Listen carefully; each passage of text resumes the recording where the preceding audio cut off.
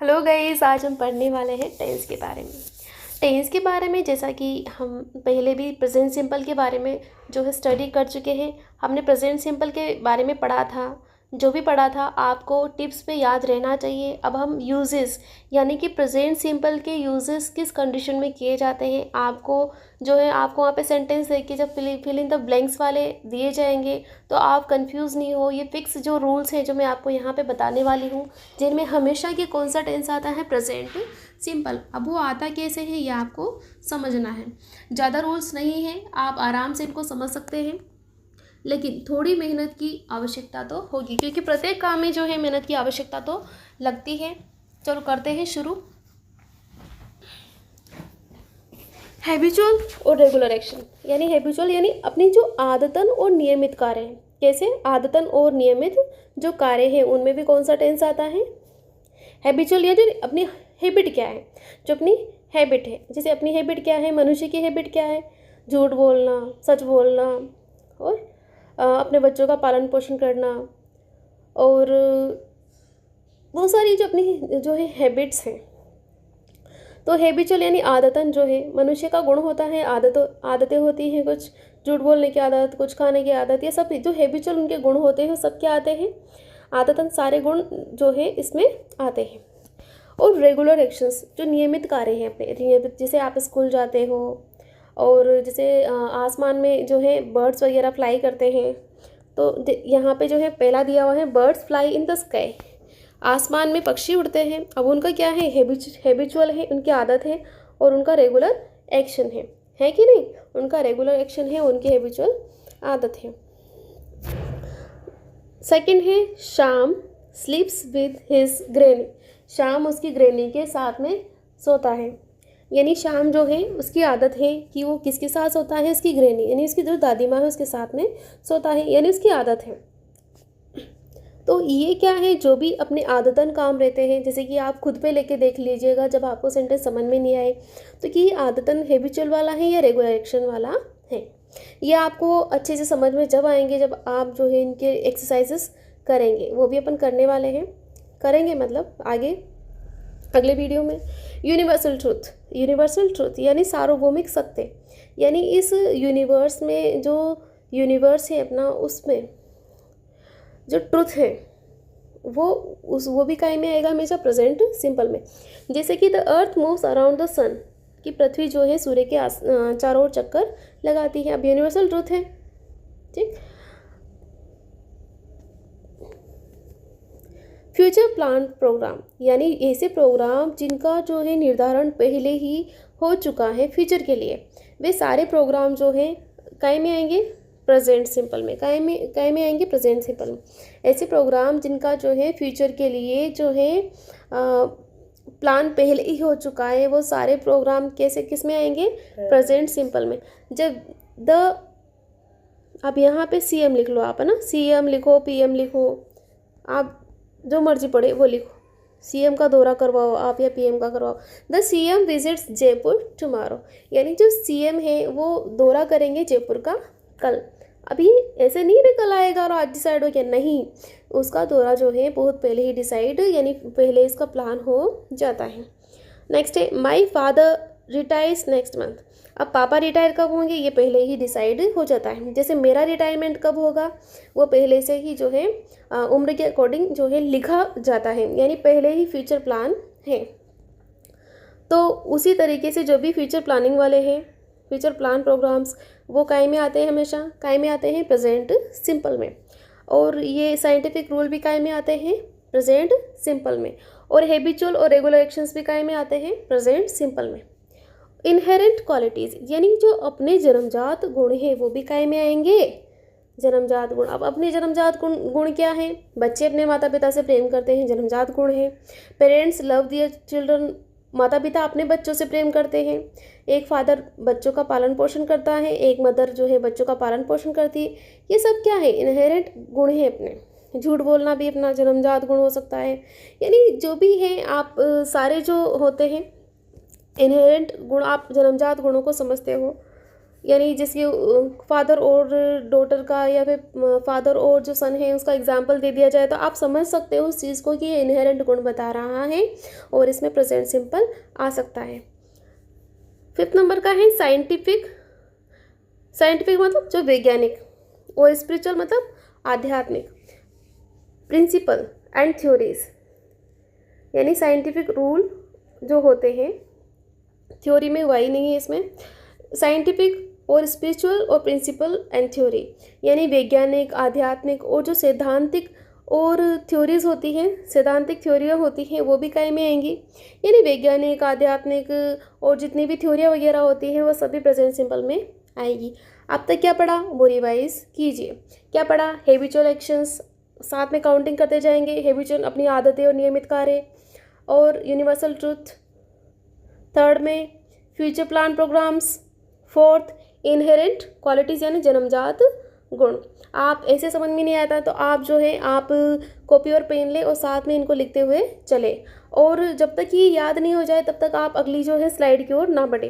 तब तक याद नहीं हो तब तक नहीं बढ़े, तभी आप अच्छे से याद कर पाओगे। हो गया habitual, universal, future plan, inherent qualities और साइंटिफिक और spiritual theories and principle. Get it done. चलते हैं अगली स्लाइड की ओर।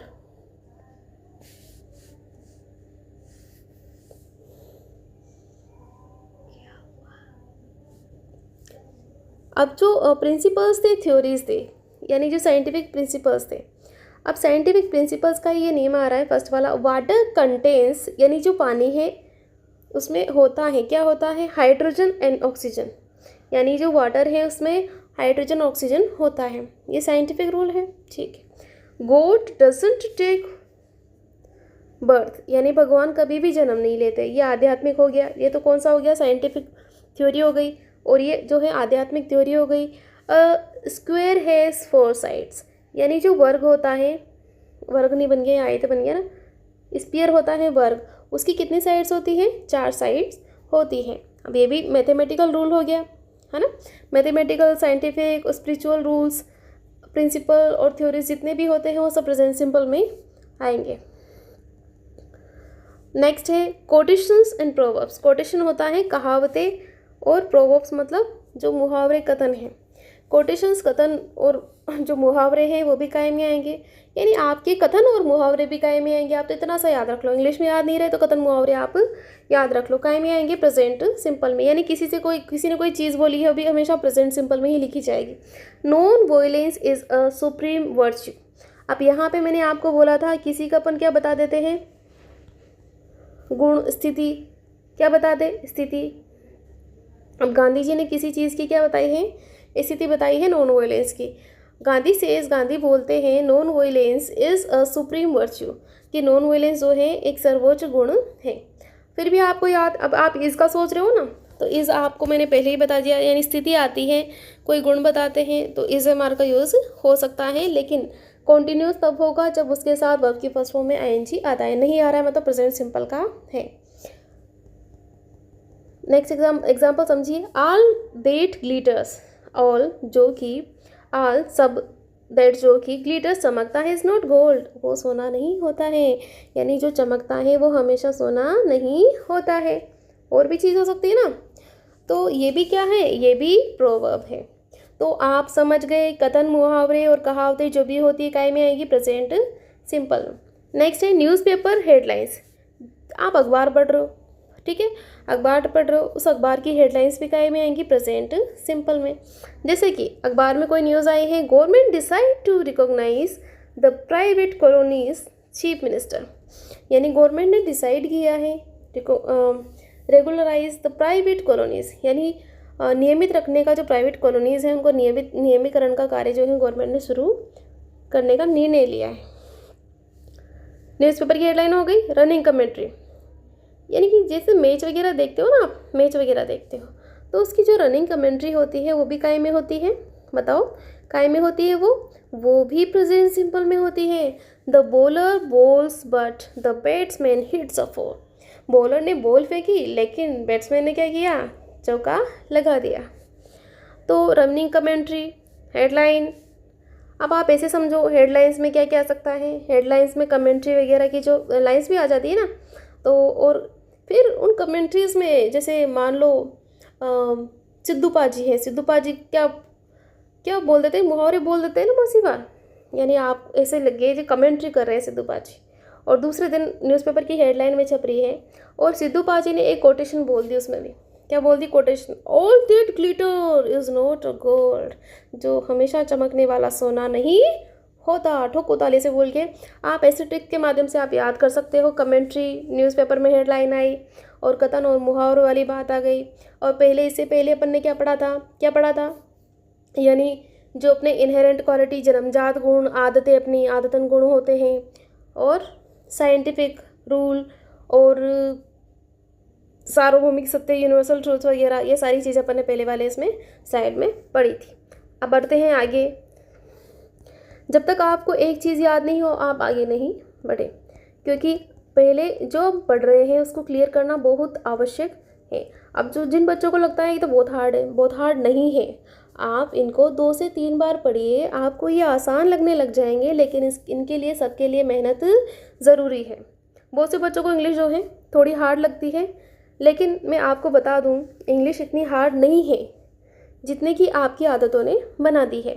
आपको मेहनत करने की आदत डालनी पड़ेगी, सब कुछ आपके लिए ईजी होता जाएगा। नेरेट पास्ट इवेंट्स इफेक्टिवली, यानी जो पास्ट के जो इवेंट्स हैं, क्या इवेंट्स, पास्ट के इवेंट हैं उनको बताने के लिए भी किसका यूज़ होता है, प्रेजेंट सिंपल का। जैसे कोई हिस्टोरिकल इवेंट है, हिस्टोरिकल इवेंट जैसे India gets freedom in 1947, Bharat को आज़ादी मिली थी 1997 में, 47 में, कब मिली थी, 1947 में। यानी ये भी क्या बता रहा है, नेरेट, यानी वर्णन कर रहा है जो पिछला जो इवेंट हुआ था, हिस्टोरिकल इवेंट हुआ था उसके बारे में। तो जितने भी हिस्टोरिकल इवेंट्स होते हैं, डेट टू डेट अपन को बताया जाता है, उन सब चीज़ों के लिए कौन सा टेंस यूज़ होगा, प्रेजेंट सिंपल।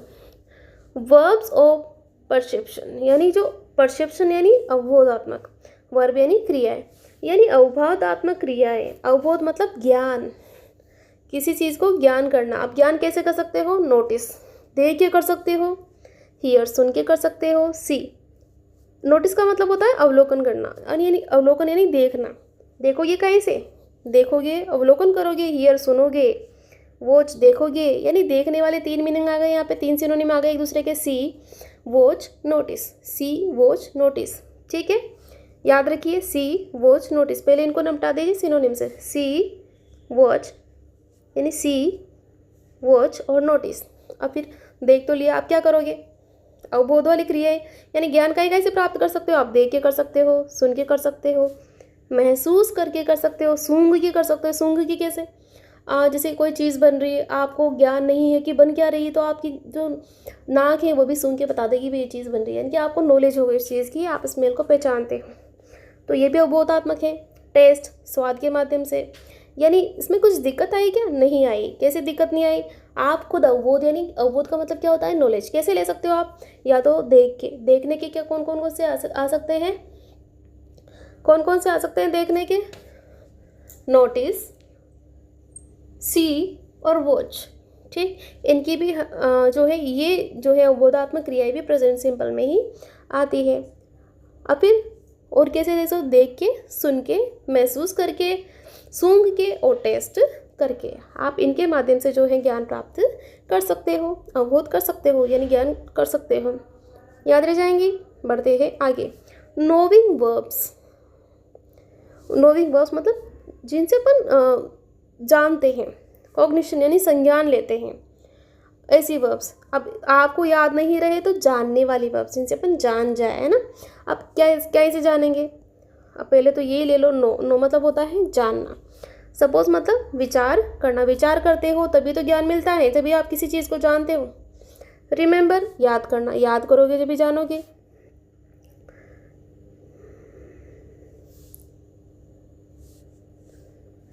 बिलीव, ये कुछ वर्ड, फॉरगेट है यहाँ पे, क्या है, फॉरगेट, क्या है, फॉरगेट मतलब भूलना, यानी ज्ञान रहता है उसी को तो भूलते हैं। यहाँ पे आप लिख लीजिएगा,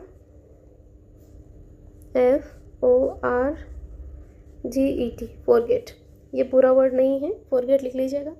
यानी ज्ञान होगा तभी तो आप भूलोगे। यानी पहले तो आपने जाना, फिर विचार किया, फिर याद किया, जाना, विचार किया, याद किया। नो सपोज रिमेंबर, फिर जाना, विचार किया, याद किया, फिर भूल भी गए, है ना। आपने वीडियो में तो मत करना, ऐसा भूल मत जाना।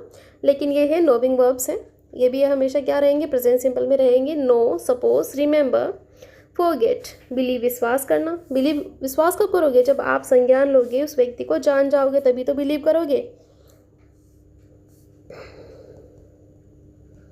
आगे है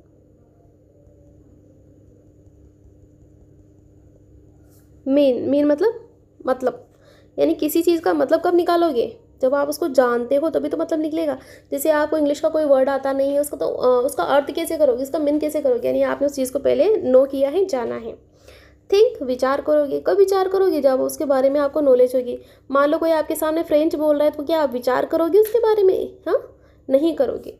तो थिंक, विचार करोगे जब आप उसको जानोगे। तो अंडरस्टैंड, समझोगे। कब समझोगे, जब आप उसके बारे में समझ में आ रहा है तब समझोगे ना, समझ में नहीं आ रही तो क्या समझोगे। ट्रस्ट, विश्वास। विश्वास कब करोगे, जब आप व्यक्ति को जानते हो। ट्रस्ट और बिलीव एक दूसरे के सिनोनिम है। ट्रस्ट कब करोगे, जानोगे तब। बिलीव कब करोगे, जानोगे तब। यानी आप एक बार और रिवाइज कर लीजिए। नो, जानना, सपोज, विचार करना, रिमेंबर, यानी जानना, विचार किया, याद किया। फिर फॉरगेट, भूल भी गए। ईटी लगाना है इसमें आपको ना, ईटी, इतना छोटा लिख नहीं पा रही हूँ, ईटी। नो, जानना, सपोज, विचार करना, रिमेंबर, याद करना, फॉरगेट, भूल जाना। बिलीव, विश्वास करना, विश्वास। और ये ट्रस्ट, विश्वास और ट्रस्ट कब करोगे, जब आप व्यक्ति को जानते हो, तभी तो इस पर विश्वास और ट्रस्ट करोगे। मीन मतलब भी होता है। मीन का मतलब क्या होता है, मतलब भी होता है।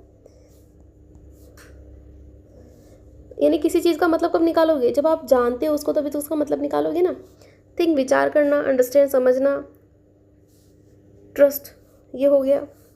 तो इसको भी आप बार बार रिवाइज करें। यानी किसी चीज़ को जान रहे हो तो विचार करोगे, याद करोगे, भूल जाओगे, विश्वास करोगे किसी व्यक्ति पे, फिर उसका मतलब निकालोगे, विचार करोगे, समझ जाओगे और क्या करोगे ना। तो ये सारी नोविंग वर्ब्स हैं, आप इनको ध्यान में रखिए। नोविंग वर्ब्स में पूछ सकती हो आपसे कभी भी क्लास में कि नोविंग वर्ब्स बताइए, तो आप बता सकते हो। नो, जानना, सपोज करना, थिंक करना, suppose, think, remember, forgot, understood, mean, यानी विचार कीजिए इसका मतलब क्या होता है। जैसे थिंक मतलब विचार ही होता है, दोनों का मतलब विचार होता है, इनका मतलब भी विश्वास होता है, ठीक। अब जैसे मैंने बोल दिया, विचार करोगे कब करोगे, जानोगे, उसका मतलब निकालोगे तो विचार करोगे, फिर याद करोगे, भूल जाओगे, तभी आप बाद में समझ पाओगे। आप कैसे भी करें, आप इनको याद कर ले। बहुत सारी ट्रिक्स है आपके याद करने की। डू यू इन फेट, क्या तुम विश्वास करते हो भाग्य में। अब यहाँ पे क्या आएगा, डू यू बिलीव। अब यू के साथ में आप जानते हो, यस या यस तो नहीं आता है क्या, नहीं, प्लूरल के साथ में यस या यस नहीं आता, तो आप भरोगे डू यू बिलीव, जो का जो आगे यहाँ जो का जो ही आ जाएगा। Do you believe in fate, क्या आप विश्वास करते हो भाग्य में।